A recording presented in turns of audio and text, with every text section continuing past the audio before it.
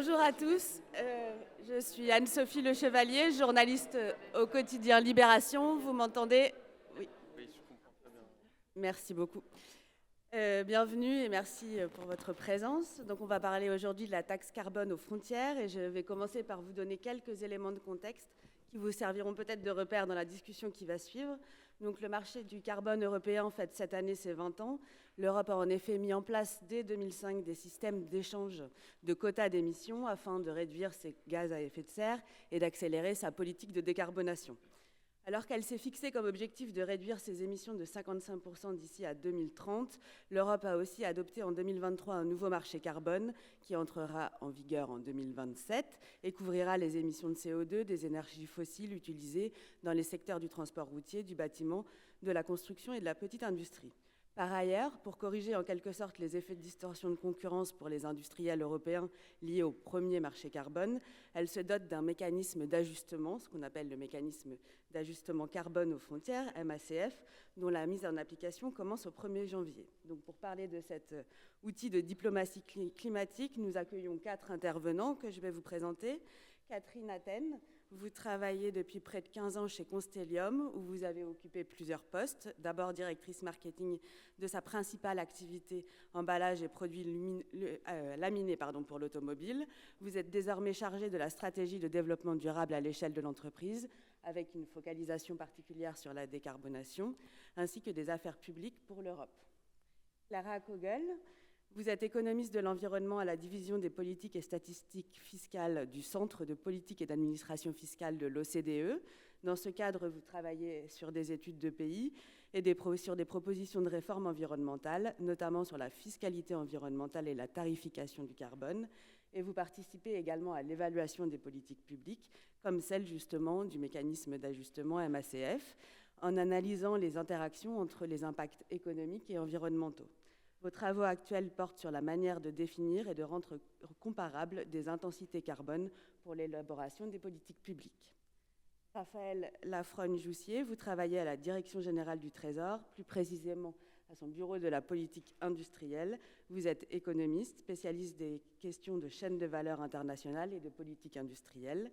Vos travaux récents s'intéressent à l'impact de la crise énergétique sur les entreprises, la géographie des filières industrielles en France, ou encore les vulnérabilités commerciales.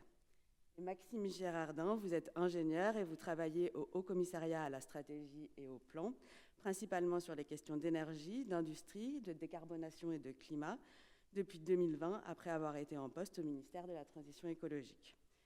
Donc, on va commencer cette discussion justement par la tarification du carbone. Est-ce que vous pouvez nous expliquer, Maxime Gérardin, de quoi exactement il s'agit ? Oui, bonjour, merci beaucoup. On va pouvoir mettre une première slide. Très heureux d'être avec vous. Vous me dites si vous entendez mal. Donc, avant de parler de taxe carbone aux frontières, d'ajustement carbone aux frontières, il faut sûrement se rappeler ce à quoi ressemble la tarification du carbone chez nous en Europe. Donc, c'est d'abord un premier ensemble d'émissions, 40% environ des émissions de gaz à effet de serre européennes. Donc, c'est principalement la grande industrie et la production électrique qui sont soumises, alors non pas à une taxe carbone, mais à un système de marché, donc un système d'échange de quotas d'émissions de gaz à effet de serre. Ce système-là, effectivement, il existe depuis 20 ans, et à la slide suivante, il a eu une histoire très contrastée entre une douzaine de premières années assez déprimantes, presque, avec toujours trop de quotas et des prix qui revenaient très, très bas. Et puis ensuite, 2 réformes successives qui ont radicalement changé les choses. D'abord, une réserve de stabilité pour mieux gérer la quantité de quotas. Et puis ensuite, un resserrement du système à l'occasion du Green Deal européen. Et donc ces réformes-là, en agissant sur les fondamentaux du marché, mais aussi, et c'est ce que documente bien l'article que je référence ici, en crédibilisant vraiment la politique à long terme auprès des acteurs de marché, ont pour le coup fait considérablement augmenter les prix des quotas, qui aujourd'hui sont de l'ordre de 80 € la tonne de CO2. À la slide suivante, donc, on a donc cette tarification européenne du carbone sur un pool d'émissions déjà assez large. Donc en théorie, voilà, c'est bien. Ensuite, la question, c'est quels effets cela a vraiment eu sur les émissions. Évidemment, cette question-là, c'est une question difficile d'économétrie. On sait ce qui s'est passé, on n'a pas l'observation de ce qui se serait passé sans cette politique-là. Donc il y a toute une littérature qui s'attache à expertiser cela. Bon, je vous ai mis un exemple ici. Et puis en fait, Clara et Raphaël la connaissent certainement mieux que moi. Ce qu'on peut dire en première approche, c'est que cette littérature, elle nous dit oui, il y a bien eu un effet sur les émissions, un effet significatif. Et puis en fait, elle nous dit même que cet effet a commencé assez tôt, y compris dans la période peut-être par anticipation où le prix était encore bas. Ensuite, ces réductions d'émissions, où est-ce qu'elles ont eu lieu? Donc il faut bien dire que c'est beaucoup dans le secteur de la production électrique, c'est aussi dans l'industrie, mais dans des proportions qui sont tout de même moindres. Alors du coup, regardons pour la production électrique. Donc vous avez en bas à droite le mix de production électrique européen au fil du temps.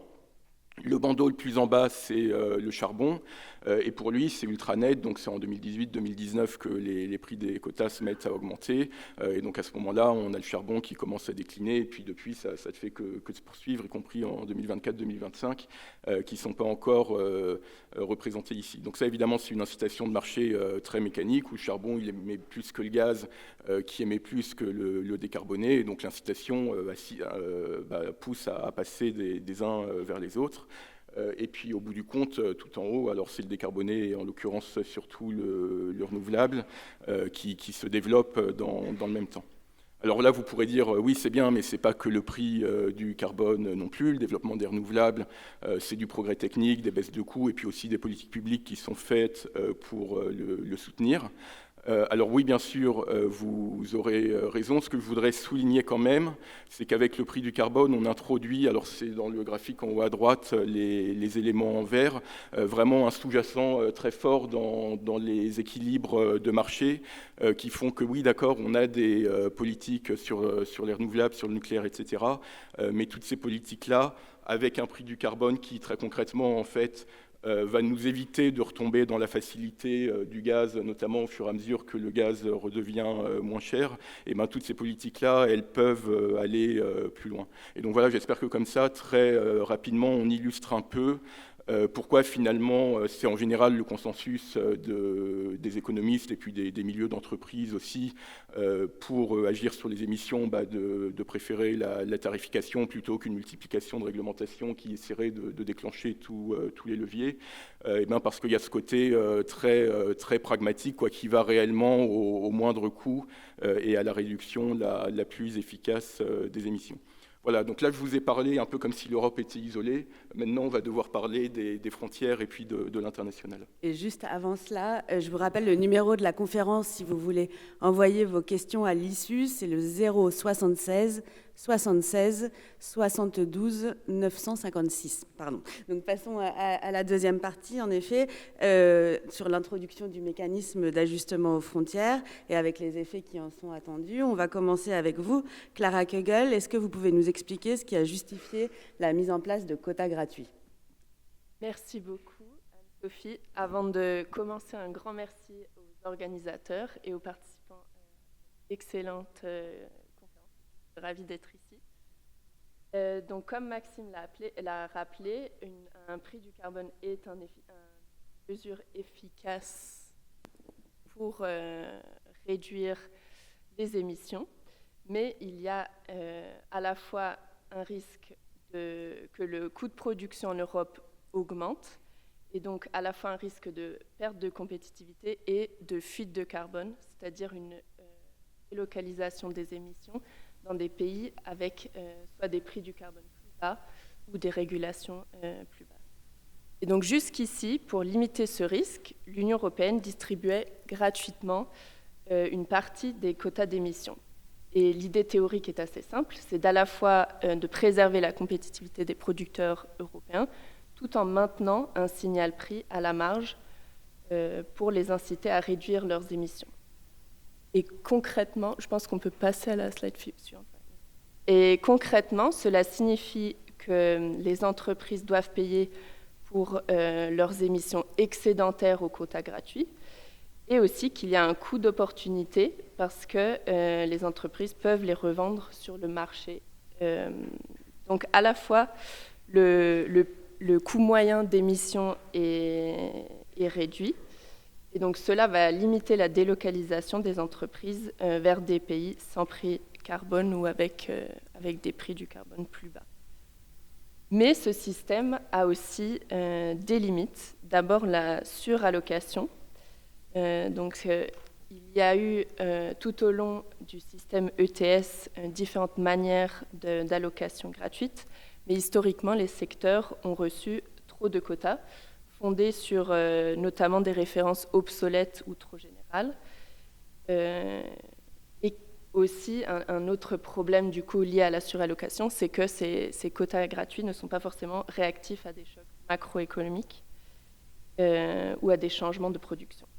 Donc le résultat est qu'il y a une dilution du signal prix carbone suite à ces quotas gratuits, qui mène à une moindre incitation aussi à investir au niveau des entreprises à la décarbonisation ou dans des technologies bas carbone. Donc plusieurs études empiriques l'ont montré que plus la distribution gratuite est généreuse, moins les émissions vont baisser effectivement. Et enfin, il y a aussi une limite en termes de manque à gagner budgétaire, parce que chaque quota gratuit à la fin est aussi une ressource publique non perçue, alors qu'elle pourrait en effet aider à la transition énergétique et à soutenir les ménages ou les entreprises impactées. Donc en résumé, les quotas gratuits ont joué un rôle utile, mais aujourd'hui ne sont plus comparables avec l'ambition climatique de l'Union européenne parce qu'ils affaiblissent justement le prix. Il y a eu une nouvelle initiative justement européenne, le MACF, pour éviter justement les fuites carbone. L'Union européenne a créé le mécanisme d'ajustement carbone aux frontières. Et voilà, vous voyez à peu près sur le slide que le principe en soi est assez simple. Donc l'idée est que les importateurs européens vont payer l'ajustement équivalent au prix européen ETS sur certains produits qui sont particulièrement intensifs en carbone, c'est-à-dire l'acier, l'aluminium, le ciment, l'engrais, l'électricité et l'hydrogène.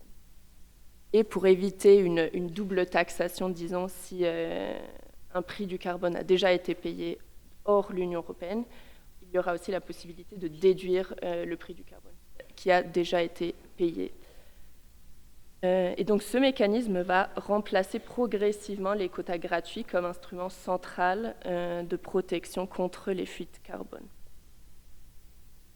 Et donc pour vous illustrer très brièvement les mécanismes économiques de ce mécanisme, je vais vous présenter dans la prochaine slide un récent rapport que j'ai publié avec des collègues de l'OCDE, Antoine de chez le Prêtre, Antonin Rambourg, Guy Lalanne et Nori Yamano, qui permettent un peu de comprendre mieux les effets et l'impact du MACF. Donc en termes de couverture déjà, le MACF couvre 303 produits parmi les plus intensifs en énergie.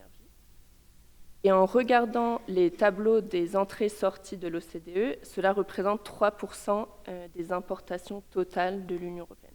C'est d'une manière un volume assez limité quand même. En regardant les secteurs les plus impactés en termes de volume de commerce et d'émissions, ceux-là sont principalement des produits de fer et d'acier provenant de Chine, Russie et de Turquie.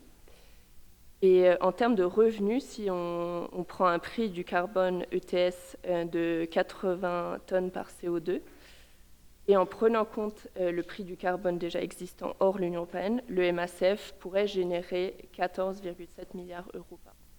Même un budget assez important. Sur la slide précédente, donc, je vais vous parler brièvement des effets économiques. Donc, c'est important déjà de considérer le MACF en combinaison avec la réforme de l'ETS qui contient la suppression des quotas gratuits et la réduction du plafond d'émissions. qui va donc augmenter le coût de production des biens couverts dans l'Union européenne et qui va réduire leur compétitivité à des produits similaires produits en dehors de l'Union européenne.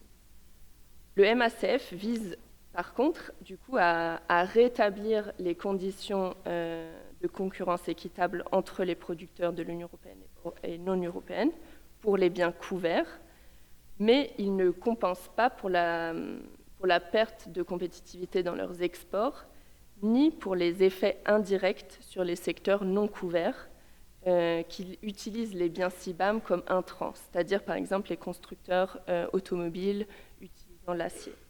Donc il y a à la fois une protection des biens CBAM, mais un effet indirect qui va augmenter les coûts pour les secteurs en aval.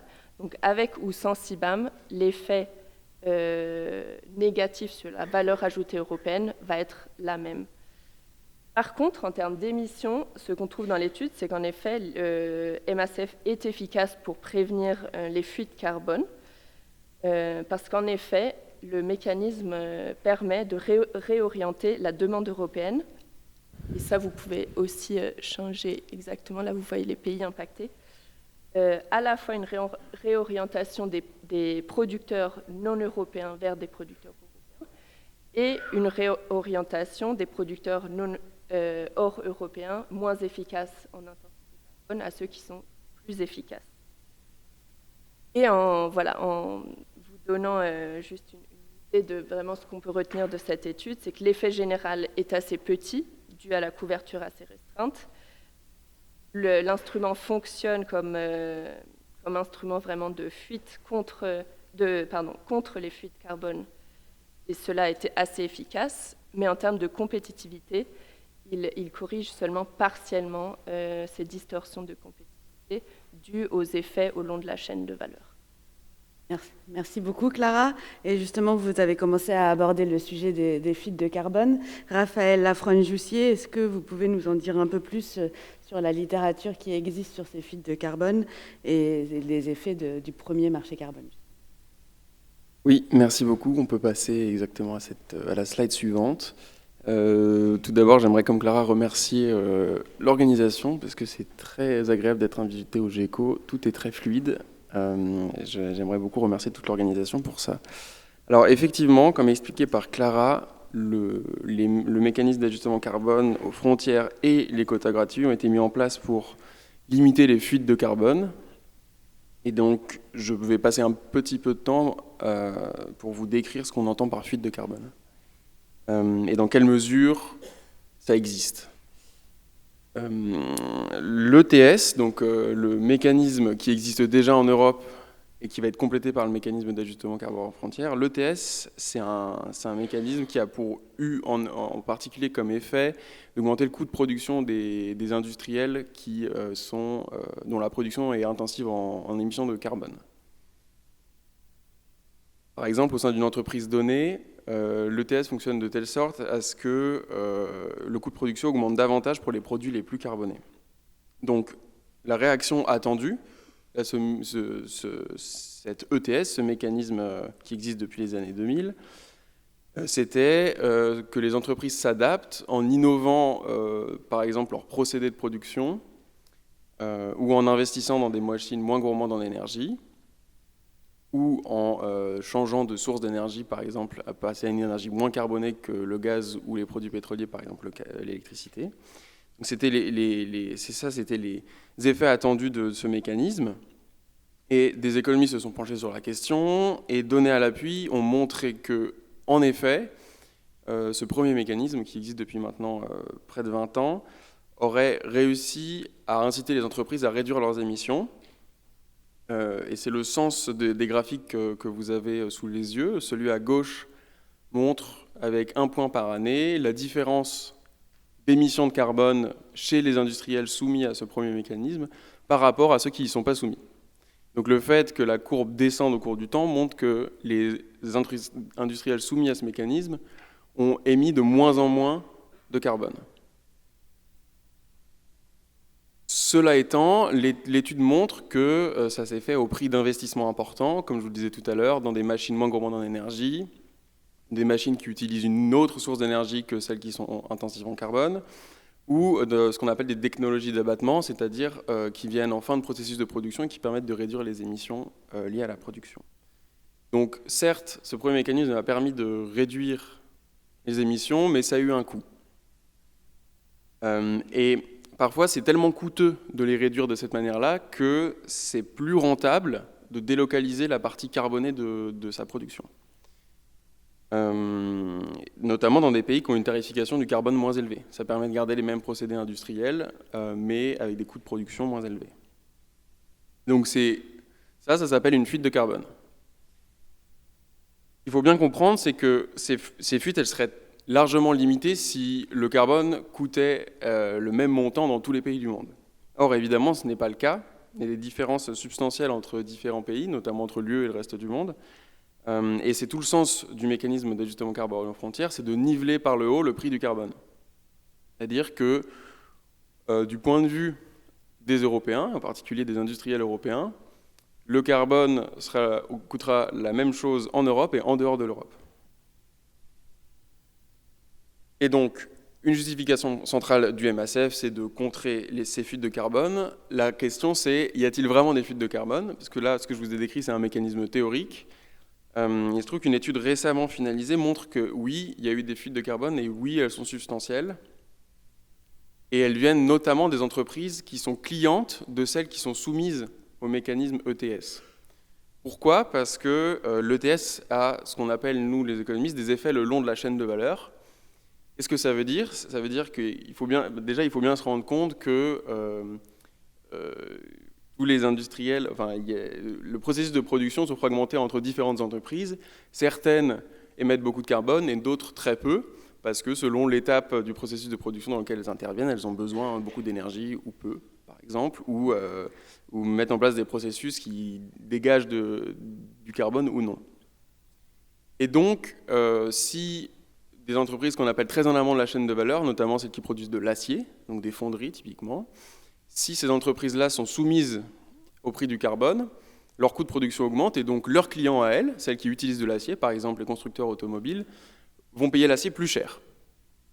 Okay, donc, potentiellement, les entreprises qui utilisent de l'acier, elles ont une incitation à acheter de l'acier autre part qu'en France, ou autre part qu'en Europe, parce qu'il coûte plus cher désormais. C'est vrai dans beaucoup d'autres secteurs et dans beaucoup d'autres chaînes de valeur.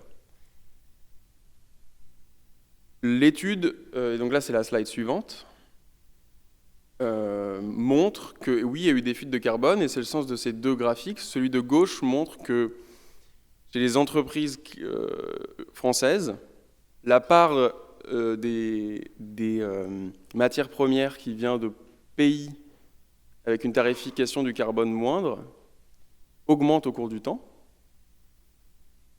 Ce qui veut dire que oui, les produits les plus carbonés sont de plus en plus importés de pays qui n'ont pas de tarification du carbone, ou moins qu'en Europe. Et le graphique de droite montre que la probabilité d'importer depuis ces pays-là augmente. Donc les deux graphiques vont dans le même sens, c'est-à-dire qu'au cours du temps, depuis, je crois que le graphique commence en 2000, sur cette période de 20 ans, de plus en plus les entreprises françaises se sont approvisionnées auprès d'entreprises étrangères non soumises au prix du carbone. Ce qui indique des fuites de carbone.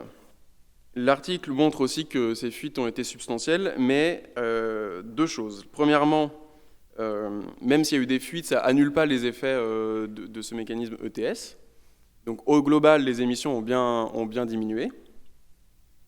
Et deuxièmement, les auteurs évaluent aussi que le MACF, dont il est question aujourd'hui, le MACF pourrait, en corrigeant ces fuites, tripler la baisse des émissions associées à la tarification du carbone. Merci beaucoup. Et on va passer avec Catherine Athènes à un cas pratique de filière, le cas de l'aluminium. Donc comment ça fonctionne concrètement et quels changements ça a apporté dans votre filière? Bonjour, je suis ravie d'être là. Je suis aussi ravie qu'il y ait autant de jeunes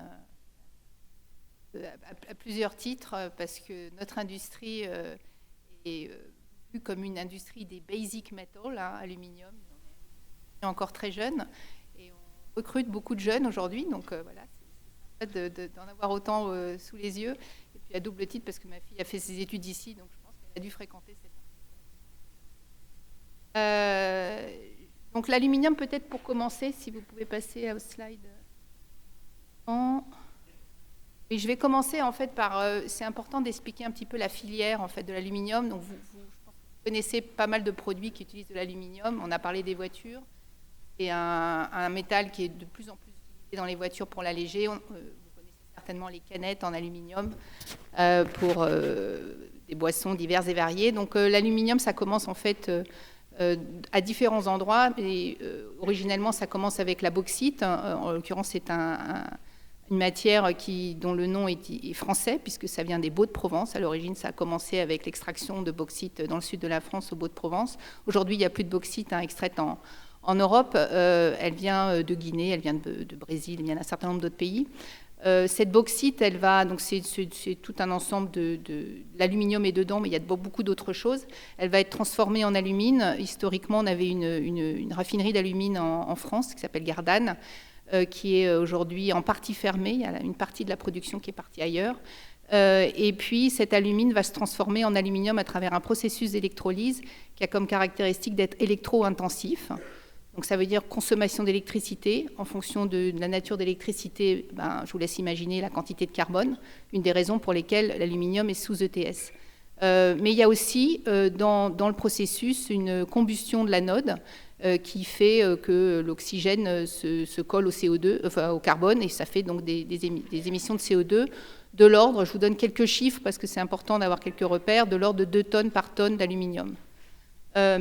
Cet aluminium primaire, il est fabriqué, alors l'alumine est fabriqué en partie en Europe, en Irlande, et l'aluminium primaire est fabriqué en Europe en grande quantité, et notamment en France, avec un smelter à Dunkerque et aussi à Saint-Jean-de-Maurienne. Historiquement, ce sont les actifs de Péchinet, industriel historique qui aujourd'hui n'existe plus.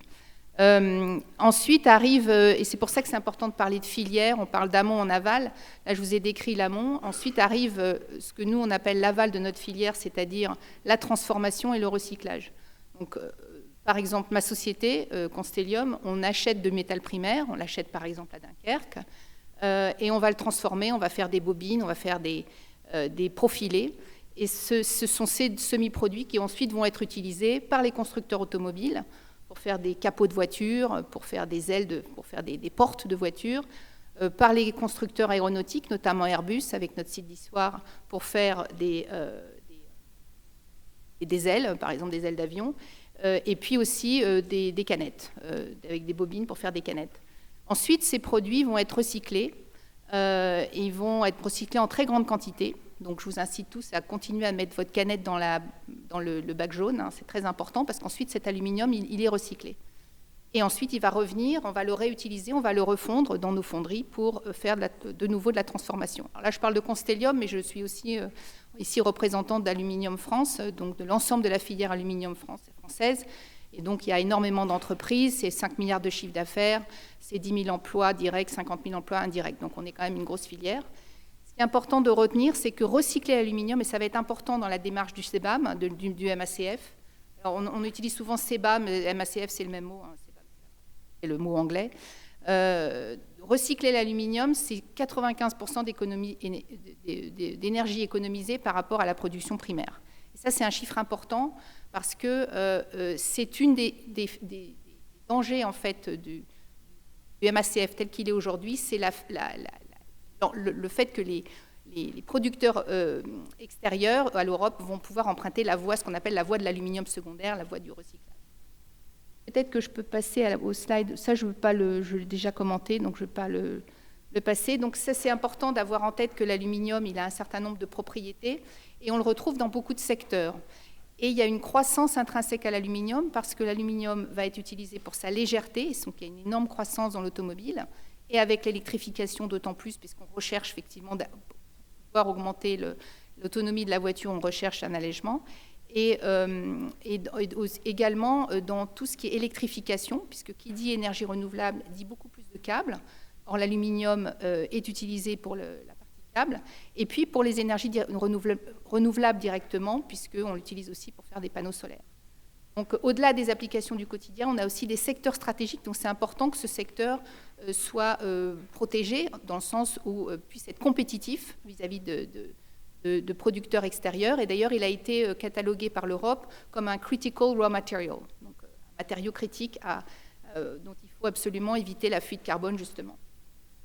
Alors, je peux passer peut-être que ce qui est intéressant de noter, c'est que, je passerai le reste après, mais pour l'instant, ce qui est important de noter, c'est qu'en fait, au-delà, on n'est pas une filière, comme vous avez pu, je vous ai expliqué un petit peu la filière, on n'est pas une filière complètement unique, enfin, ce n'est pas un seul bloc. On a effectivement l'amont et l'aval, donc les utilisateurs d'aluminium pour faire des semi-produits qui ensuite vont être utilisés en aval encore.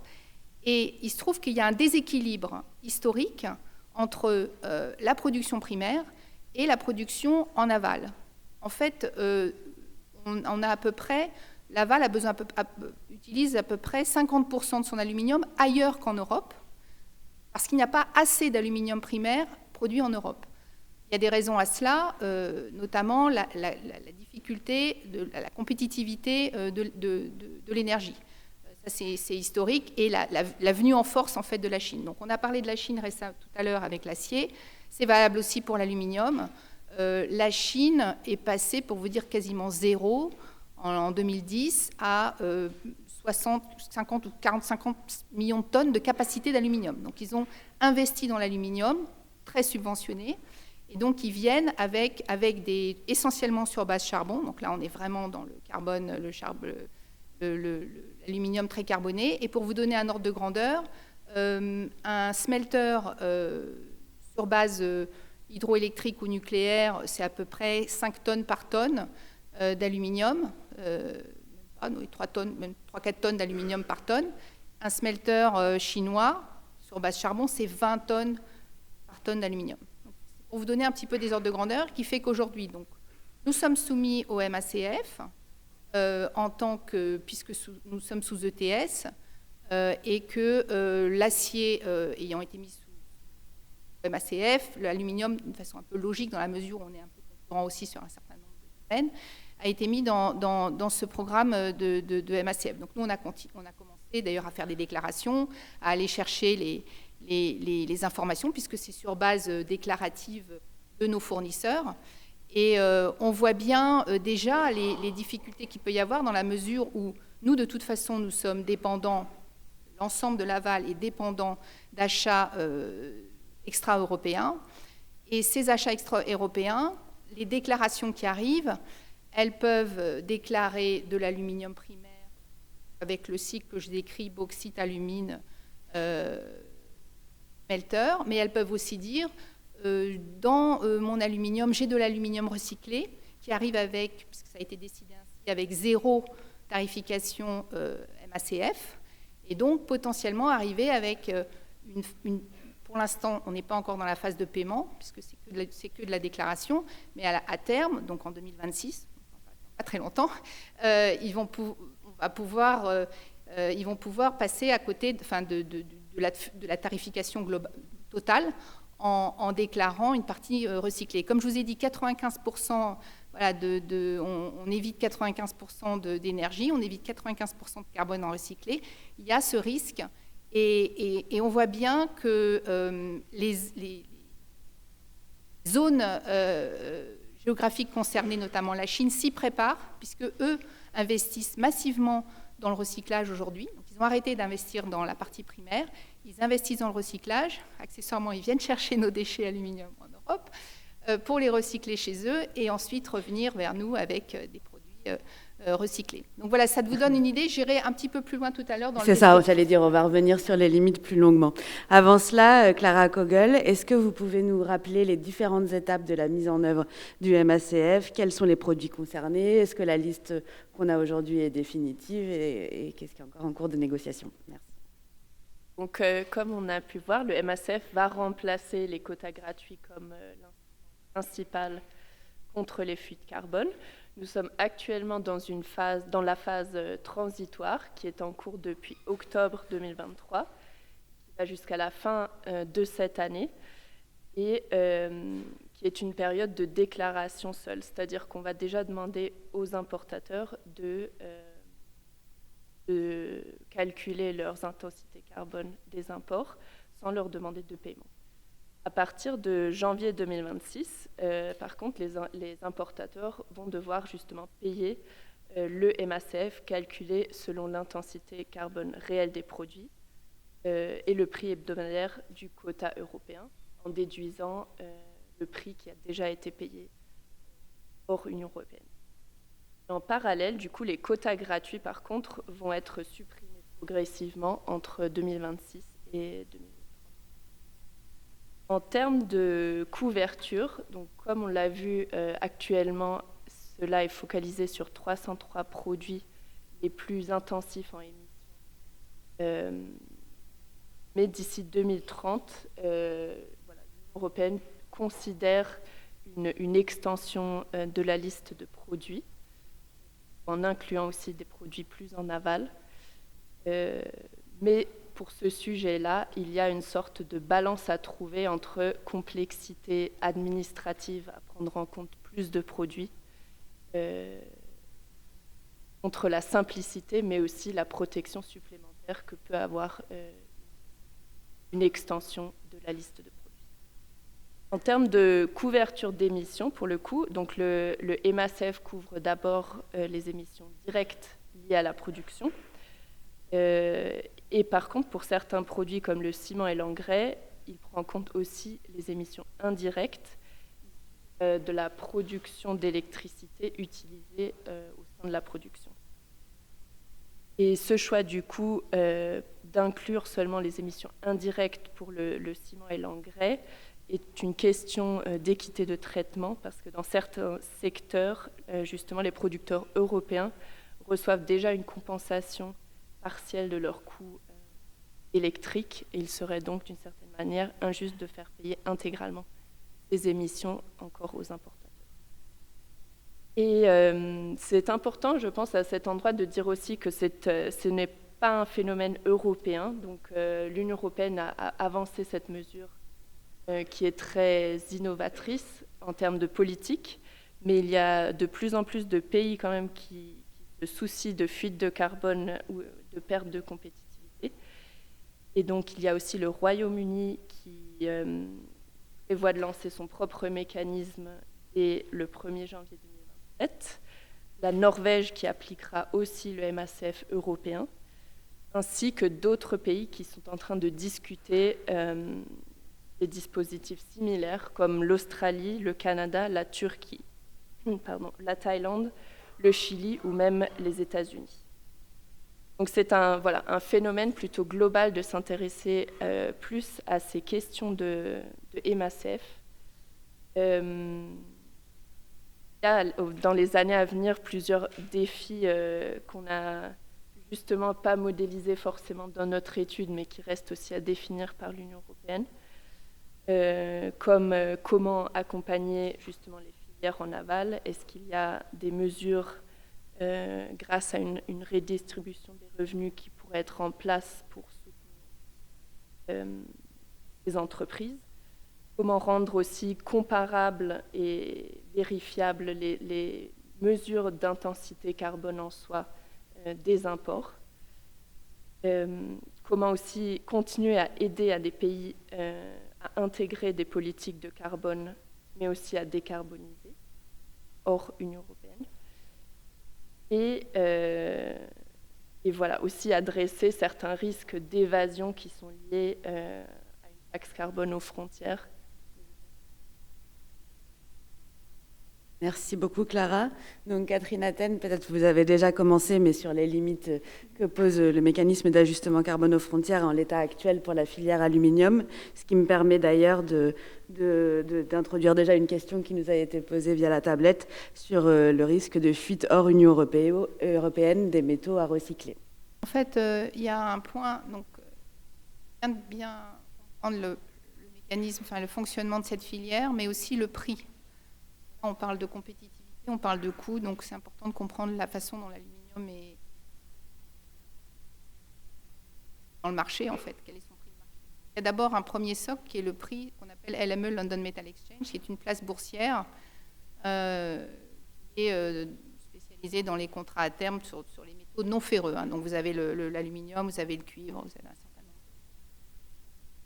certain nombre. Donc ça, c'est la base, et en ce moment, il est à 2500 euros par tonne, dollars par tonne. Ça, c'est le LME. Ensuite, il y a la prime produit, c'est-à-dire que l'aluminium, il va ensuite arriver sous une certaine forme. Donc le LME, ça correspond à un lingot d'aluminium 100%, que de l'aluminium. Ensuite, il y a un certain nombre de raffineurs, de smelters, comme celui de Dunkerque, par exemple, qui va, plutôt que faire des lingots, va faire ce qu'on appelle des plaques, ou d'autres smelters en Islande, par exemple, qui vont faire des billettes, ou celui un nombre d'autres smelters, y compris en Europe, qui vont faire des billettes, donc c'est des cylindres, et donc ça s'appelle la prime produit. Donc il y a un surcoût lié à la forme en fait qui est faite et qui en général aussi est allié. L'aluminium est quasiment jamais utilisé seul, il est utilisé avec des alliages de cuivre, des alliages de silicium, des alliages de manganèse, de magnésium, pour lui donner des propriétés particulières. On a vu tout à l'heure un certain nombre de propriétés, la conductivité, la légèreté, mais tout ça, ça ne se fait pas uniquement avec de l'aluminium pur, en général, il faut l'allier. Et puis, il y a ce qu'on appelle la prime géographique qui, en fait, va être le résultat de ce déséquilibre en fait, qui existe aujourd'hui entre la production d'aluminium primaire et la demande d'aluminium primaire par des transformateurs comme Constellium, et qui fait qu'il y a un prix à payer pour faire venir l'aluminium d'ailleurs, et que c'est le prix finalement du dernier, vous avez un histogramme de coûts de tous les secteurs qui sont susceptibles de venir en Europe, d'exporter en Europe, et c'est celui qui est le plus à droite, celui qui est le plus haut en termes de coûts, qui va définir cette prime. Aujourd'hui, elle est de l'ordre de 300 et quelques euros par tonne d'aluminium. Si je passe au slide suivant, la façon dont le MACF va se traduire en termes de prix, il va se traduire par le fait que cette prime géographique, donc ce ne sera pas un prix qui va être payé chacun.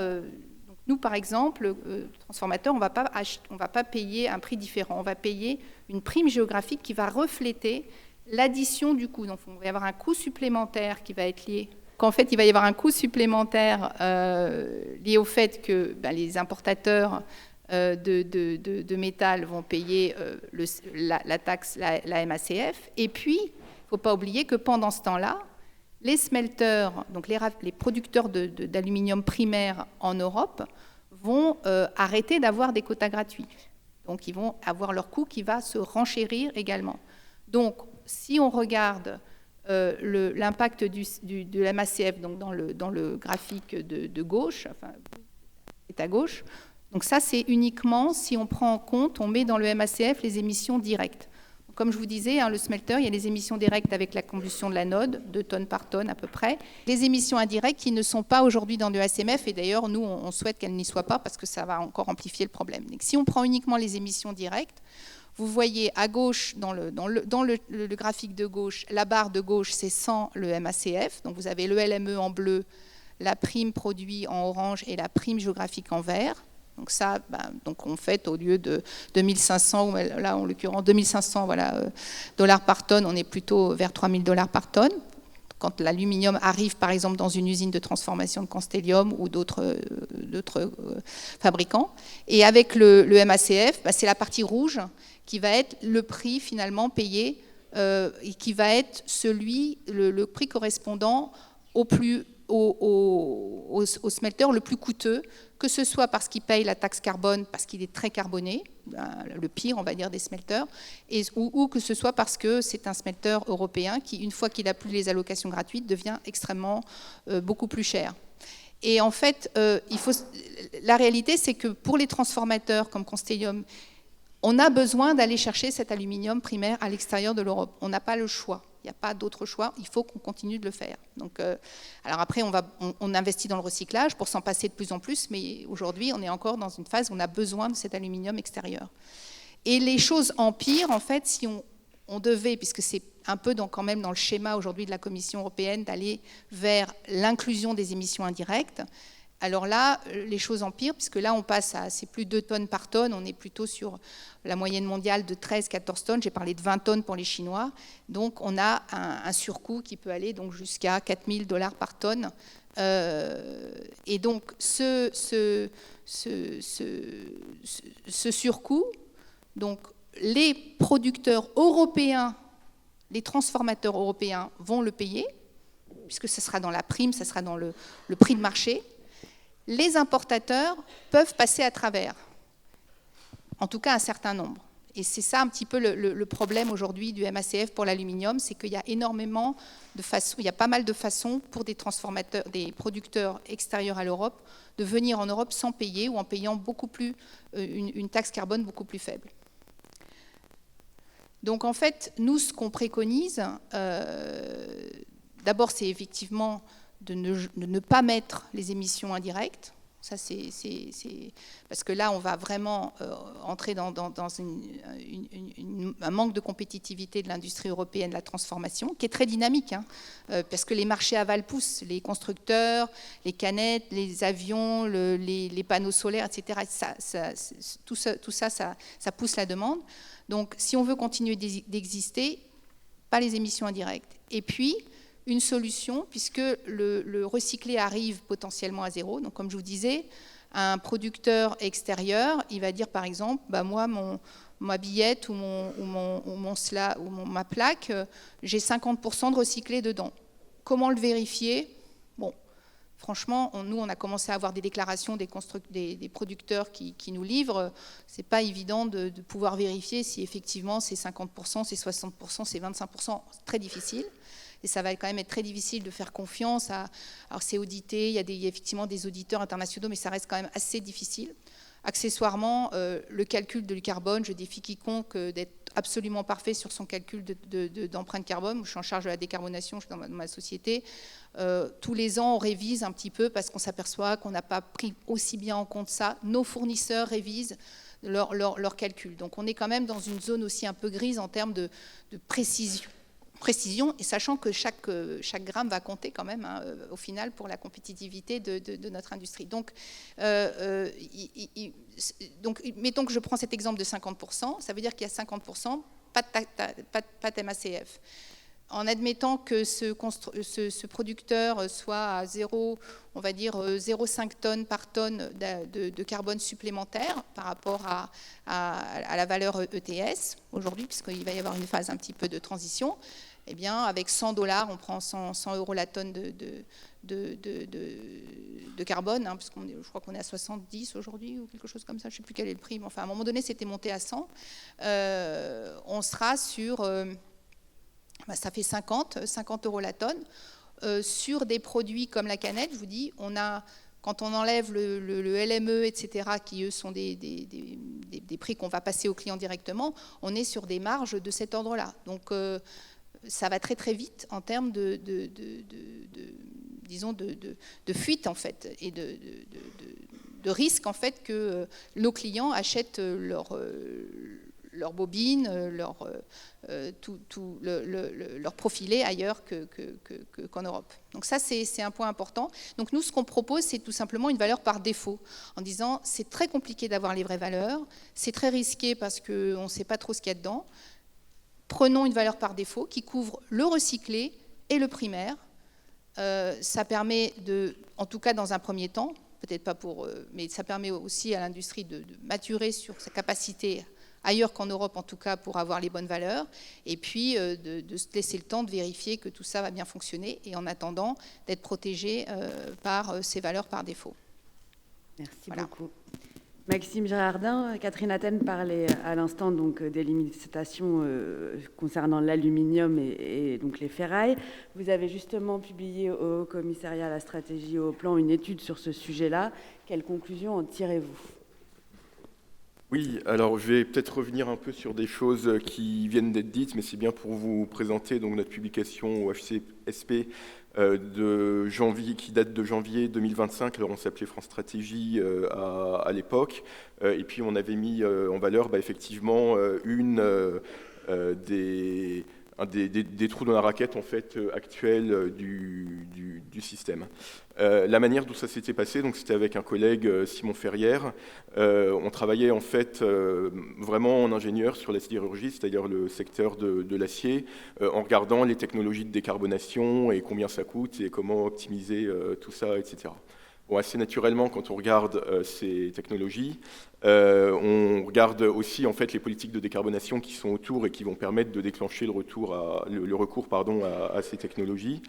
Et en fait là, donc pour ce cas de l'acier, puis à vrai dire pour les autres grands métaux de base, donc comme l'aluminium aussi, ceux dont on consomme des grandes quantités, on s'est retrouvé à détecter ce piège. Alors piège qui touche à la conception initiale du MACF, mais qui touche en fait aussi plus largement la manière dont on a l'habitude de faire les analyses de cycle de vie, donc les ACV des produits.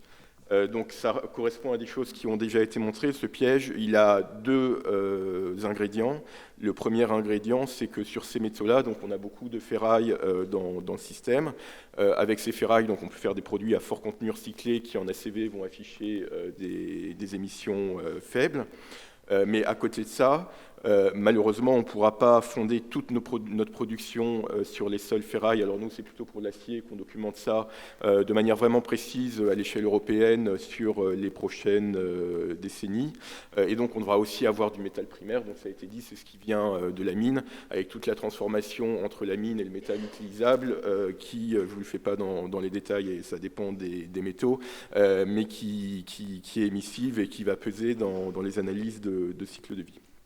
Donc à partir du moment où dans nos produits, on a ce mix d'origine de métaux, le piège dans lequel pas tomber, ce serait que les producteurs les plus ambitieux, donc ça peut être ceux dont les clients sont les plus regardants ou ceux qui sont soumis à une réglementation sectorielle plus exigeante qu'ailleurs, que ces producteurs-là, ils tirent à eux les ressources en ferraille, les produits à base de ferraille. Pourquoi ? Parce que si on fait ça, on va simplement en fait, faire des réorganisations de chaînes de valeur entre les différents producteurs, les différents consommateurs, donc en gros rebrancher des tuyaux les uns avec les autres, avec des coûts de réorganisation, mais là sans changement fondamental des modes de production à l'échelle macro. Évidemment, ça, c'est pas ce qu'on souhaite. Ce qu'on voudrait surtout, c'est activer les grands leviers de décarbonation et au-delà donc, de l'amélioration du recyclage, là où on a des petites marges pour l'améliorer. Évidemment, les deux grands leviers de décarbonation qu'on voit, alors il y en a un premier qui est assez évident, c'est la transformation technologique de la production primaire. Voilà, c'est elle qui émet la production pour la faire émettre moins. Et puis, il y a un deuxième levier qu'on met aussi en avant, qui est moins bien repéré en général, mais sur lequel on tombe en fait assez vite quand on travaille rigoureusement sur les canaux, les mécanismes de marché en fait, qui sont derrière la tarification du carbone. Cet autre levier, c'est le fait de faire beaucoup plus attention à bien optimiser, pour ne pas dire dans certains cas réduire, les quantités de métal qu'on met dans nos produits. Et ça concerne notamment les quantités d'acier qui sont assez fortes qu'on met dans la construction. Voilà, donc le piège que je viens de décrire là, si vous avez bien suivi, son second ingrédient, c'était ce qu'on appelle l'hétérogénéité d'ambition entre producteurs. Et là, je vous l'ai fait avec les producteurs, mais on peut revenir à l'ajustement carbone aux frontières, puisque la motivation de l'ajustement carbone aux frontières, c'est bien une hétérogénéité d'ambition, donc le fait que dans la période à venir, la tarification du carbone pour les industriels sera plus élevée en Europe que dans la plupart des autres endroits dans le monde. Et donc là, maintenant, je repasse au MACF pour vous dire, avec cette analogie, que si on fonde le MACF sur des règles qui ressemblent aux analyses de cycle de vie les plus usuelles, en fait, on tomberait dans le même piège. Alors, ça peut être expliqué aussi avec les équilibres de marché. Donc, dans notre note, on fait comme ça, et donc ça ressemble aux deux histogrammes que vient de nous présenter Catherine Athènes. Voilà, et donc en déroulant le fil, on va au bout des 10 ans de mise en œuvre du MACF. Avec des règles comme ça, on pourrait finir par du reshuffling, on appelle ça un contournement, une réorganisation des chaînes de valeur. où on finirait par faire reposer l'essentiel de notre consommation de ces métaux de base sur le recyclage ou malheureusement surtout sur des produits importés issus du recyclage, et ben ça serait dangereux pour nos productions primaires, pas forcément favorable, en tout cas pas automatiquement du tout pour nos productions recyclées, et puis ça n'apporterait donc toujours fuite de carbone, rien de particulier à la décarbonation à l'échelle mondiale. Voilà, donc c'est un constat qui a été fait de plus en plus largement dans la période passée par l'industrie de l'aluminium. Ça a été mentionné rapidement aussi dans le rapport Draghi. Et puis à notre échelle, on a vraiment documenté les choses de manière très détaillée pour le cas de la sidérurgie. Alors, une fois qu'on a fait le constat de ce piège, en fait, pourquoi cela plaide-t-il? Je vais essayer de le dire de manière très synthétique, et puis ça va être assez convergent, en fait, avec ce qui vient d'être dit. En fait, ça plaide, à notre sens, pour s'éloigner des formules de calcul assez micro.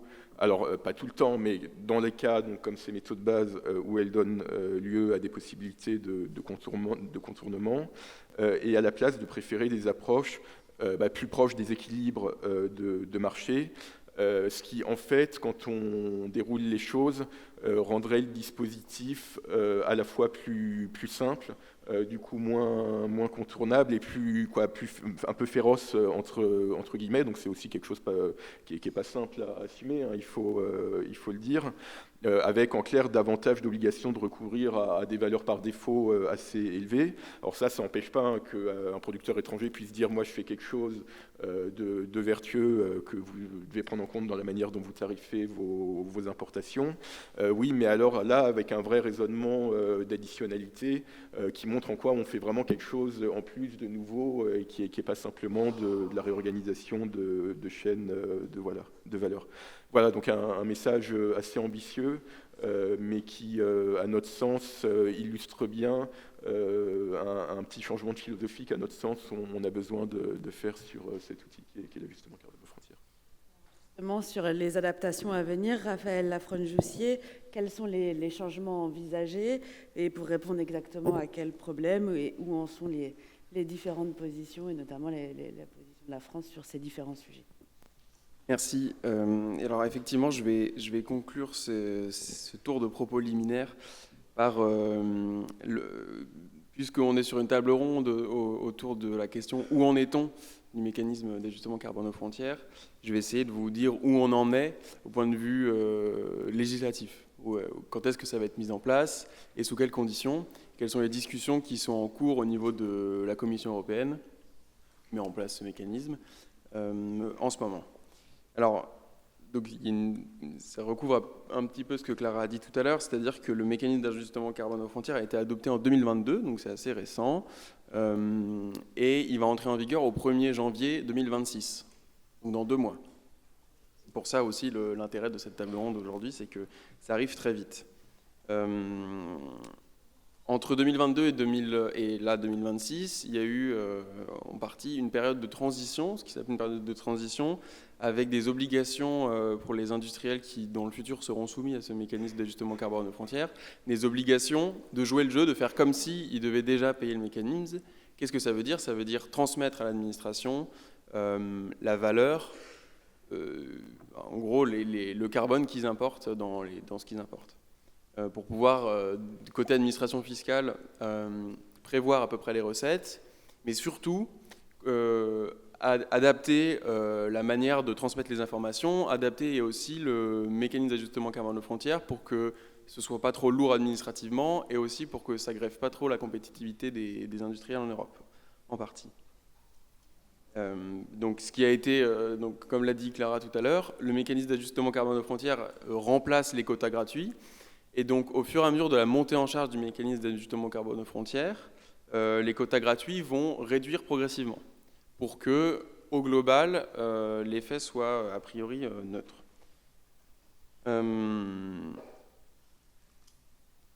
Le MSF, dans sa version originelle, va subir plusieurs modifications bientôt, d'ici fin 2025, en vue de sa mise en place début 2026. Son fonctionnement est en train d'être précisé et simplifié. Donc sur la simplification déjà, pour réduire la lourdeur administrative du processus, la France a porté une position au niveau de la Commission européenne d'exempter un certain nombre de petites entreprises, ou plutôt des entreprises qui importent peu. Pourquoi ? D'un côté parce que en fait, c'est difficile, comme l'a dit Catherine tout à l'heure, et comme l'a aussi rappelé Maxime, c'est difficile de bien évaluer le carbone contenu dans ce qu'on importe, d'autant plus lorsqu'on n'a pas de visibilité sur sa chaîne de valeur. Et c'est d'autant plus difficile d'avoir de la visibilité sur sa chaîne de valeur, de là où on importe, quand on est une petite entreprise. Donc la France a porté une position qui consiste à exempter des entreprises qui importent moins de 50 tonnes, c'est un seuil dans cet ordre d'idée-là, moins de 50 tonnes par an. Et ce qui fait que ça exempte 90% des entreprises, mais quasiment que 1% des importations. Donc en fait, le mécanisme va continuer à couvrir l'immense partie de ce qu'il voulait couvrir initialement, mais en se concentrant sur les 1500 entreprises qui importent le plus. Ça, c'est une position qui a été validée en octobre par l'UE, donc qui est déjà prise en compte dans le futur MACF. Ensuite, il y a une précision, il y a un certain nombre de précisions qui vont être mises en place et qui sont toujours en train d'être discutées au niveau de la Commission européenne pour essayer de réduire tout ce qu'on appelle, nous, les risques de contournement. Il y a des risques de contournement quand on parle d'entreprises qui vont exporter en Europe, mais qui vont tout faire pour ne pas payer le mécanisme d'ajustement carbone aux frontières, comme ça a été évoqué par Catherine. Et il y a tout un tas d'artifices qui permettent de contourner le MACF. Le premier artifice, et peut-être les plus grossiers, c'est simplement de mentir sur le contenu carbone de ce qu'on exporte en Europe. Aussi mentir sur ce qu'on appelle le code douanier. Alors, quand le mécanisme d'ajustement carbone aux frontières s'applique à 303 produits, comme l'a dit Clara, et un produit, en fait, ça correspond à un code particulier pour que les douanes puissent classifier et dire ça c'est taxé, ça c'est pas taxé, ça c'est taxé, c'est pas taxé. Et donc, il y a de la porosité entre certains produits, et ça permet à certains exportateurs vers l'Europe de dire non, mon produit c'est ça qui n'est pas taxé, alors qu'en vérité c'est ça qui est taxé. Et donc, il y a déjà plusieurs dispositions en place dans le règlement MACF pour limiter ce risque, parce qu'en fait c'est un sujet qui est essentiellement d'ordre technique et qui est assez consensuel parmi les États membres. Et la solution consiste à déjà analyser les risques et puis accroître la surveillance des flux et des déclarations. En particulier, il est prévu qu'il y ait des organismes vérificateurs accrédités par l'Europe pour vérifier la véracité des propos tenus par les exportateurs envers l'Europe. Un deuxième type de risque de contournement concerne des choses qui sont plutôt de l'ordre d'optimisation, et ça a aussi été déjà mentionné par Catherine notamment. Un producteur d'acier ou d'aluminium extra-européen peut exporter un produit légèrement modifié qui sort des catégories couvertes et qui donc n'est plus taxé, même s'il aura le même usage globalement par celui qui l'importe en Europe. Donc ça, c'est une stratégie de contournement par l'aval et qui passe par une petite modification des produits. Et donc en ce moment est en discussion à la Commission une extension du MACF aux produits à l'aval. Et la Commission, a priori, va le proposer sur l'acier, qui correspond à la position portée par la France. Et il y a des discussions évidemment sur l'aluminium en particulier. Le deuxième gros risque de contournement dans cette catégorie du contournement qui est de l'optimisation, en fait, c'est ce qui a été évoqué sans dire le terme par Maxime, qui est le resource shuffling. Le resource shuffling, donc c'est un anglais qui dit qu'il y a une sorte d'interversion de qui exporte en Europe. C'est-à-dire qu'une entreprise qui est multinationale, une entreprise étrangère qui est multinationale, peut choisir de faire exporter par une filiale qui émet peu de carbone des produits qui ont été produits par une autre filiale qui émet beaucoup de carbone. Et ça permet de dire non mais regardez, j'exporte avec une filiale qui émet peu, donc je ne suis pas soumis au MACF. Ou je suis moins soumis au MACF, ça permet de payer moins de taxes. il y a d'autres manières qui permettent de contourner dans cet ordre d'idées-là. Et là, la Commission planche sérieusement sur le sujet, en faisant ce qui est a priori envisagé, c'est de faire des ajustements méthodologiques, notamment en prenant des valeurs par défaut, qui vont dire que, d'accord, tu as exporté avec une filiale peu carbonée, mais en fait, ce qui compte, c'est le niveau moyen, et donc que ce soit ta filiale peu carbonée, c'est égal au regard de la taxe, tu vas payer la même taxe, peu importe de quelle filiale tu l'exportes. Enfin, le dernier point sur lequel j'aimerais insister, c'est que dans un contexte où on fait face à une recrudescence d'augmentation des tarifs douaniers, dans le cadre de la guerre commerciale menée par les États-Unis, il y a un sujet pas du tout négligeable sur ce qui s'appelle le risque de contentieux lié au MACF. C'est quoi le risque de contentieux? Il y a des règles de commerce international, vous le savez, qui, sur le papier, sont strictes et qui disent qu'on ne peut pas, quand on fait partie de l'Organisation mondiale du commerce, comme c'est le cas des États membres de l'Union européenne, et puis de la majorité des pays auxquels vous pensez, quand on fait partie de cette organisation mondiale, on adhère à des règles qui disent, en particulier, on ne peut pas discriminer les pays desquels on importe. C'est-à-dire on ne peut pas appliquer des droits de douane différents,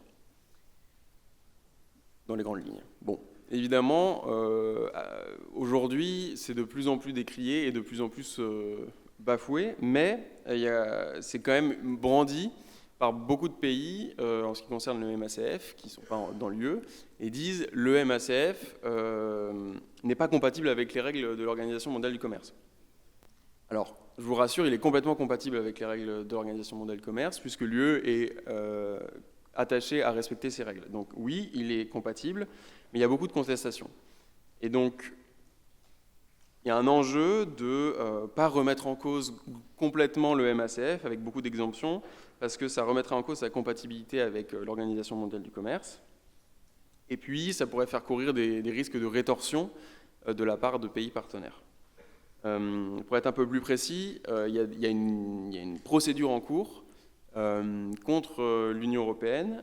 Donc, il y a un contentieux qui a été ouvert auprès de l'Organisation mondiale du commerce par la Russie en mai 2025. La Russie fait grief au MACF de franchir un certain nombre de lignes rouges, notamment ce que je vous ai évoqué, le principe de non-discrimination au sein de l'OMC, mais aussi plusieurs protocoles d'accession d'anciens pays de l'URSS à l'UE, et aussi des règles disciplinaires sur les subventions à l'exportation. Donc, il y a une procédure en cours contre l'UE, une procédure judiciaire. Les experts s'accordent pour dire que c'est peu probable que ça aboutisse. En revanche, si ça aboutit, ça aboutira à la suppression du MACF. Donc, c'était pour bien remettre au centre du village que le MACF, c'est compatible avec les règles OMC, mais qu'il y a un enjeu de garder les choses, de ne pas faire trop d'exemptions, et notamment, un sujet que je n'ai pas abordé, c'est celui de la compétitivité à l'export, on pourrait y revenir dans les questions s'il y en a à ce sujet. Voilà, la Commission travaille beaucoup en ce moment pour adapter le mécanisme pour ne pas trop grever la compétitivité des industriels d'un côté, mais en faisant le compromis de ne pas trop réduire les ambitions climatiques du dispositif. Je pense que... Merci beaucoup, Raphaël. On va passer aux questions. Elles sont nombreuses. Je vais essayer de les regrouper. On va essayer de faire des réponses assez rapides pour pouvoir les en poser le plus possible. Donc déjà, on a plusieurs questions de la classe de BL2 du lycée Saint-Just. Alors, certaines réponses ont été données entre-temps, mais peut-être un mot sur la situation de l'industrie automobile en transition vers les véhicules électriques. Est-ce qu'elle est très inquiète face à la concurrence chinoise? Est-ce que le MACF est-il de nature à les protéger? Et peut-être je vous donne leur deuxième question, qui est sur la valeur de référence de la tonne de CO2 utilisée dans le MACF. Est-ce qu'elle est relativement fixe dans le temps ou est-ce qu'elle dépend de la valeur spot sur le marché ETS, auquel cas la variabilité du prix peut-elle être problématique? On peut commencer par ces deux questions. Peut-être sur l'industrie automobile. Donc en fait, non, le MACF ne va pas aider la compétitivité des véhicules électriques européens, puisqu'il va rajouter du coût en fait sur sur ces véhicules et sur les batteries notamment, puisque les batteries utilisent, en tout cas sur la partie aluminium, les batteries utilisent pas mal d'aluminium. D'ailleurs, le véhicule électrique est un véhicule assez aluminium intensif. Donc aujourd'hui, l'industrie, ça s'ajoute à cela, le fait que l'industrie automobile européenne aujourd'hui est quand même dans une situation un peu difficile. Clairement, le MACF ne va pas arranger les choses, entre guillemets. Après, si on allait plus loin, la difficulté si on devait, parce qu'on a parlé c'est effectivement un des soucis, c'est les secteurs aval, comment éviter qu'il y ait des fuites carbone par les secteurs aval, par le fait que plutôt que de faire la voiture en Europe, on l'a fait ailleurs parce qu'on ne paye pas le CBAM, puisque le MACF, puisqu'il n'existe pas sur les voitures. En même temps, si on devait mettre le MACF dans une automobile, c'est assez compliqué quand même, parce qu'il n'y a pas que de l'aluminium dans une automobile, il y a de l'acier, il y a du plastique, il y a tout un tas de choses, et c'est vrai que là on rentre dans une certaine forme de complexité. Donc aujourd'hui, c'est vrai que la mise en application, alors on peut imaginer les batteries éventuellement, ça pourrait être les batteries, parce que c'est une pièce du véhicule électrique qui est en fait la pièce fondamentale, hein. Si vous n'avez pas les batteries, c'est quand même le cœur du métier de véhicule électrique, c'est la batterie. Et si on avait effectivement, ça pourrait être sachant qu'il y a aussi des mesures de protection des batteries et des véhicules électriques anti-dumping qui ont été mises en place par la communauté européenne. Donc on est quand même aussi dans une protection en dehors du MACF aujourd'hui. Merci beaucoup. Sur la valeur de référence de la tonne de CO2, qui veut répondre ? Point-là sur. Alors, il y a beaucoup de questions après, donc on va essayer de. Ouais, sur l'automobile. En fait, il ne faut pas forcément non plus vouloir faire au MACF plus que ce pourquoi il est conçu. Donc, comme le disait la question, il y a un sujet de très forte compétitivité de l'industrie automobile chinoise notamment. C'est certes sur les batteries, le véhicule électrique, mais malheureusement, c'est plus large que ça. Hein. C'est sur l'ingénierie, sa vitesse de développement, sa qualité, etc., de l'industrie automobile. Et c'est aussi sur le véhicule défini autour du logiciel. Donc malheureusement, ça concerne aussi des véhicules thermiques. Et donc oui, on a besoin de se protéger de ça, même si ce n'est pas tout à fait l'intérêt du consommateur européen, mais il y a un intérêt industriel très, très fort à le faire.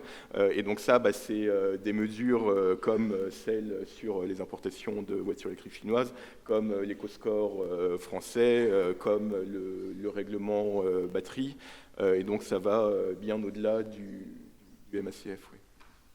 Donc sur la valeur de référence de la tonne de CO2, oui, je vais bien prendre cette question. Donc actuellement, il y a en effet la possibilité au niveau des entreprises de donner leur valeur réelle en termes d'intensité carbone, mais il y a aussi des valeurs... Le micro. Mais il y a aussi des valeurs qu'on appelle les default values qui permettent, soit au niveau du pays, donc c'est des valeurs de référence au niveau de pays, des valeurs moyennes, disons, d'être utilisées, mais qui n'ont pas été encore par l'Union européenne. Donc on attend ça avec impatience. Et il y a aussi, en dehors des valeurs spécifiques au pays, il y aura une valeur globale moyenne pour les pays qui n'auront pas de valeurs spécifiques pour leur pays. En termes de mécanismes vite fait économiques, des différentes valeurs de référence versus de valeurs actuelles, ce qui est intéressant, et leur incitation vraiment de décarboniser.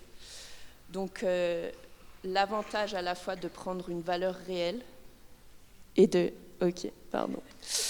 L'avantage des valeurs réelles est que ça permet d'avoir une incitation réelle à décarboner au niveau du producteur, parce que chaque producteur peut être récompensé pour sa performance. Et il y a aussi une incitation à décarboner au niveau des pays, parce que cette intensité carbone va refléter aussi les actions menées au sein des pays. Mais il y a le risque, du coup, d'un autre côté, du resource shuffling qui a été évoqué par Raphaël, Catherine et Maxime. Merci. On a plusieurs questions qui concernent l'honnêteté des déclarations des entreprises. Qu'est-ce qui garantit l'honnêteté des entreprises concernant leurs émissions dans cette période transitoire? On nous demande. Et voilà, est-ce qu'il y a une littérature économique ou pas sur cette question pour inciter les entreprises à être honnêtes dans leurs déclarations? Oui, bien sûr, Raphaël. Je peux le prendre. Nous, l'expérience qu'on a, c'est que c'est très difficile de savoir. Après, quand on a des fournisseurs réguliers, on les connaît, on est allé les voir, on sait quelles sont leurs installations, donc on peut quand même revenir vers eux en disant, attendez, là, votre truc, il est un petit peu bizarre, donc il y a des moyens. Après, je vais revenir sur les petites sociétés, parce qu'effectivement, il y a ce seuil de 50 tonnes qui a été remis. C'est une solution, effectivement, qui permet à des petites sociétés d'éviter de faire trop de déclarations, mais en l'occurrence, sur certains aspects de notre industrie, notamment en France, sur les profilés, on va avoir une fuite carbone, parce qu'il y a beaucoup de petits producteurs, et on pense que les gens vont saucissonner leurs importations. Donc en fait, ce 50 tonnes, il risque de fragiliser l'industrie du profilé, qui est déjà un petit peu quand même fragilisée aujourd'hui par les conditions économiques avec le ralentissement notamment du bâtiment. Donc ça, c'est pas une... Voilà. Mais sur la partie déclaration, il y a deux difficultés. La première, c'est qui est capable aujourd'hui de précisément calculer leur empreinte carbone. Voilà, ça c'est un premier sujet, c'est pas évident, et moi je vois les déclarations, les rapports annuels, je fais beaucoup de lectures de rapports annuels développement durable de beaucoup de mes concurrents, de mes pairs, et je vois que d'année en année, il y a des restatements, donc on remet sur la table parce qu'entre-temps, on s'est aperçu qu'on n'avait pas pris en compte ceci, cela. C'est très difficile. Et la deuxième chose, c'est effectivement dans un certain nombre de pays où on sait par exemple qu'en Chine, 90% des smelters, c'est du charbon. Un produit chinois qui arrive avec une empreinte carbone très faible, on a des doutes forcément. Voilà, ça c'est sûr. Merci. Je voudrais ajouter que, évidemment, donc, il y a la littérature économique sur le sujet évidemment fournie, puis c'est une problématique économique plus large que simplement celle de la déclaration du contenu carbone au regard du MACF. Ceci étant, comme j'évoquais tout à l'heure, il y a des mesures mises en place, ou en tout cas en discussion pour une future mise en place au niveau de la Commission pour pouvoir mieux, pas surveiller, mais plutôt contrôler ces déclarations-là, notamment avec la mise en place d'organismes accrédités. Donc il y a des organismes qui vont être, si vous voulez, des comptables carbone, qui vont, eux, avoir le pouvoir de décerner le label, ou en tout cas d'avoir vérifié les dires des exportateurs vers l'UE. Évidemment, ça c'est sur le papier, dans les faits c'est beaucoup plus compliqué, parce qu'il n'y a pas encore de normes de comptabilité carbone internationales notamment, au contraire de certaines normes comptables pour la comptabilité financière des entreprises. Or, une comptabilité carbone est nécessaire, enfin une comptabilité carbone, en tout cas comparable d'un pays à l'autre, à minima, est nécessaire pour avoir un minimum de garantie sur les déclarations. Voilà, mais ça, c'est quelque chose qui est en train de monter en charge aussi. Et donc, on peut espérer que dans un avenir pas si lointain que ça, il existe des manières de vérifier beaucoup plus simplement les véracités des dires des exportateurs. Voilà. Plusieurs questions aussi sur l'utilisation prévue des recettes du MACF. Qu'est-ce qu'on peut en dire aujourd'hui? Alors, je peux répondre ce qui est prévu. C'est des recettes qui peuvent être, en tout cas, utilisées pour accélérer la décarbonation de l'industrie. Je pense que quoi qu'il arrive, la décarbonation de l'industrie, c'est des enjeux très coûteux et que parfois les industriels ne peuvent pas supporter tout seuls. Et donc ces recettes pourront être rebattues, nous on dit rebattues, et notamment il y aura aussi des recettes qui vont être issues de quotas qui passent de gratuit à non gratuit. Donc ça va générer des recettes supplémentaires. Et au niveau européen, la France pousse pour que ces recettes soient aussi redistribuées vers des fonds pour l'innovation, pour aussi soutenir la croissance, et en particulier la croissance verte. Et enfin, beaucoup de questions sur les autres pays, donc je vais en trier 2. Donc, dans quelle mesure les turbulences causées par les nouvelles politiques américaines modifient-elles l'approche européenne sur le MACF, si ça la modifie? Et par ailleurs, comment l'Europe peut-elle éviter que le MACF ne devienne un mécanisme d'exclusion commerciale plutôt qu'un outil de coopération climatique? Et est-ce qu'on peut aussi imaginer qu'il y ait un seul standard avec une forme de convergence internationale entre les différents outils existants plutôt qu'un dispositif isolé? Mais vous avez 1 minute 30. Les États-Unis, nous, on est concernés, hein, puisque l'aluminium fait partie des matériaux sur lesquels on a pris 50% de droits de douane du jour au lendemain. Donc, on est quand même un petit peu... Le souci, c'est que le MACF n'est pas un droit de douane. Enfin, c'est ça la discussion. Si on commence à faire rentrer ça dans les discussions sur les droits de douane, ça devient très compliqué parce que c'est censé être un mécanisme environnemental à la base. Hein, c'est pour décarboner. Donc, pour continuer à décarboner sans pénaliser la compétitivité, c'est ça l'objectif. Donc, pour nous, en tout cas, si on commence à rentrer, alors là, pour le coup, dans des discussions d'exclusion géographique sur le CBAM, alors pour le coup, je pense qu'on enterre définitivement cette taxe. Hein, voilà. Clara Kogel pour les autres. J'essaye d'être très rapide, mais en tout cas, en concept très général, c'est vrai que les politiques qui prennent en compte les intensités carbone en termes justement de coopération internationale, ce sont des politiques toujours domestiques, mais du coup qui s'appliquent à des émissions en dehors, du coup non européennes dans ce cas.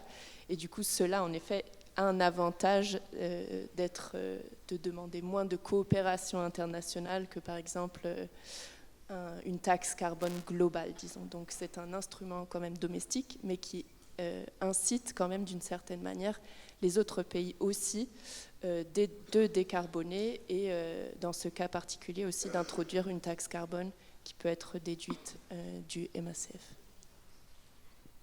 Eh bien, je crois qu'on va devoir s'arrêter. Merci à tous pour votre attention. Merci aux 4 intervenants. Et merci aussi à l'organisation des GECO et aux personnes en régie et dans la salle pour nous aider. Merci.